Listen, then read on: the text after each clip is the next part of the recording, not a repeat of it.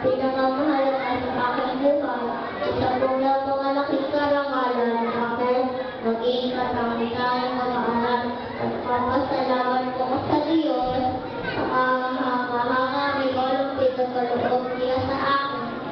Papasalamat din po ako sa aking mga magulang sa kanila pag-aalaga, pagsasakripisyo at pagmamahal.